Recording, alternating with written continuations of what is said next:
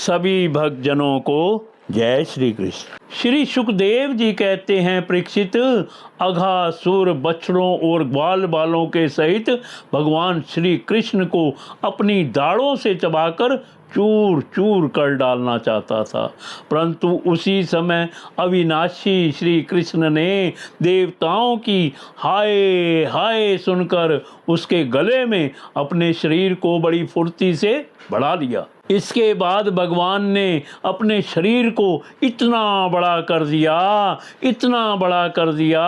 कि उसका गला ही रुंध गया, आंखें उलट गई।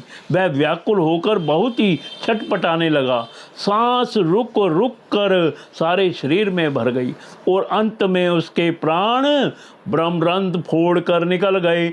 उसी मार्ग से प्राणों के साथ उसकी सारी इंद्रियां भी शरीर से बाहर हो गई। उसी समय भगवान मुकुंद ने अपनी अमृतमयी दृष्टि से मरे हुए बछड़ों और ग्वाल बालों को जिला दिया और उन सब को साथ लेकर वे अघासुर के मुंह से बाहर निकल आए। उस अजगर के स्थूल शरीर से एक अत्यंत अद्भुत और महान ज्योति निकली।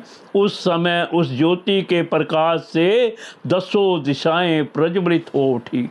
वह थोड़ी देर तक तो आकाश में स्थित होकर भगवान के निकलने की प्रतीक्षा करती रही।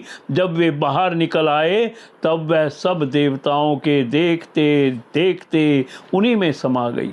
उस समय देवताओं ने फूल बरसाकर, अप्सराओं ने नाचकर, गंधर्वों ने गाकर, विद्याधरों ने बाजे बजाकर, ब्राह्मणों ने स्तुति पाठ कर और पार्षदों ने जय जयकार करके नारे लगाकर बड़े आनंद से भगवान श्री कृष्ण का अभिनंदन किया, क्योंकि भगवान श्री कृष्ण ने अघासुर को मारकर उन सब का बहुत बड़ा काम किया था। उन अद्भुत स्तुतियों, सुंदर बाजों, मंगलमय गीतों, जय जयकार और आनंद उत्सवों की मंगल ध्वनि ब्रह्मलोक के पास पहुंच गई। जब ब्रह्मा जी ने वह ध्वनि सुनी तब वे बहुत ही शीघ्र अपने वाहन पर चढ़कर वहां आए और भगवान श्री कृष्ण की यह महिमा देखकर आश्चर्यचकित हो गए। परीक्षित, जब वृंदावन में अजगर का वह चाम सूख गया तब वह ब्रजवासियों के लिए बहुत दिनों तक खेलने की एक अद्भुत गुफा सी बना रहा। यह भी भगवान ने अपने ग्वाल बालों को मृत्यु के मुख से बचाया था और अघासुर को मोक्ष दान किया था। वह लीला भगवान ने अपनी कुमार अवस्था में अर्थात 5वें वर्ष में ही की थी। ग्वाल बालों ने उसे उसी समय देखा भी था, परंतु पौगंड अवस्था अर्थात 6ठे वर्ष में अत्यंत आश्चर्यचकित होकर ब्रज में उसका वर्णन किया। अघासुर मूर्तिमान अगपाप ही था। भगवान के सर और उसे उस सारूप्य मुक्ति की प्राप्ति हुई जो पापियों को कभी मिल नहीं सकती। परंतु यह कोई आश्चर्य की बात नहीं है, क्योंकि मनुष्य बालक की सी लीला रचने वाले ये वे ही परम पुरुष परमात्मा हैं जो व्यक्त अव्यक्त और कार्य कारण रूप समस्त जगत के एकमात्र विधाता है। भगवान श्री कृष्ण के किसी एक अंग की भाव निर्मित प्रतिमा यदि ध्यान के द्वारा एक बार भी हृदय में बैठा ली जाए तो वह सालोक्य, सामीप्य आदि गति का दान करती है जो भगवान के बड़े बड़े भक्तों को मिलती है।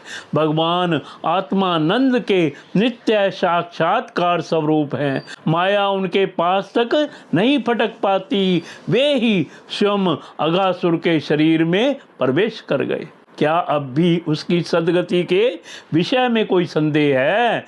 सूत जी कहते हैं, शौनकादि ऋषियों, यदुवंश शिरोमणि भगवान श्री कृष्ण ने ही राजा परीक्षित को जीवन दान दिया था। उन्होंने जब अपने रक्षक एवं जीवन सर्वस्व का यह विचित्र चरित्र सुना तब उन्होंने फिर श्री सुखदेव जी महाराज जी से उन्हीं की पवित्र लीला के संबंध में प्रश्न किया। इसका कारण यह था कि भगवान की अमृतमयी लीला ने परीक्षित के चित्त को अपने वश में कर रखा था। राजा परीक्षित ने पूछा, भगवन आपने कहा था कि ग्वाल बालों ने भगवान की हुई 5वें वर्ष की लीला ब्रज में 6ठे वर्ष में जाकर कही। अब इस विषय में आप कृपा करके यह बतलाइए कि एक समय की लीला दूसरे समय में वर्तमान कालीन कैसे हो सकती है। महायोगी गुरुदेव, मुझे इस आश्चर्य पूर्ण रहस्य को जानने के लिए बड़ा कौतूहल हो रहा है। आप कृपा करके बतलाइए। अवश्य ही इसमें भगवान श्री कृष्ण की विचित्र घटनाओं को घटित करने वाली माया का कुछ न कुछ काम होगा, क्योंकि और किसी प्रकार ऐसा नहीं हो सकता। गुरुदेव, यद्यपि क्षत्रियोचित धर्म ब्राह्मण सेवा से विमुख होने के कारण मैं अपराधी नाम मात्र का क्षत्रिय हूँ, तथापि हमारा अहोभाग्य है कि हम आपके मुखार बिंद से निरंतर झरते हुए परम पवित्र मधुमय श्री कृष्ण लीला अमृत का बार बार पान कर रहे हैं। सूत जी कहते हैं, भगवान के परम प्रेमी भक्तों में श्रेष्ठ शौनक जी, जब राजा परीक्षित ने इस प्रकार प्रश्न किया, तब श्री सुखदेव जी को भगवान की वह लीला स्मरण हो आई और उनकी समस्त इंद्रियां तथा अंतःकरण विविश होकर भगवान की नित्य लीला में खिंच गए। कुछ समय के बाद धीरे धीरे श्रम और कष्ट से उन्हें ब्रह्म ज्ञान हुआ। तब वे परीक्षित से भगवान की लीला का वर्णन करने लगे।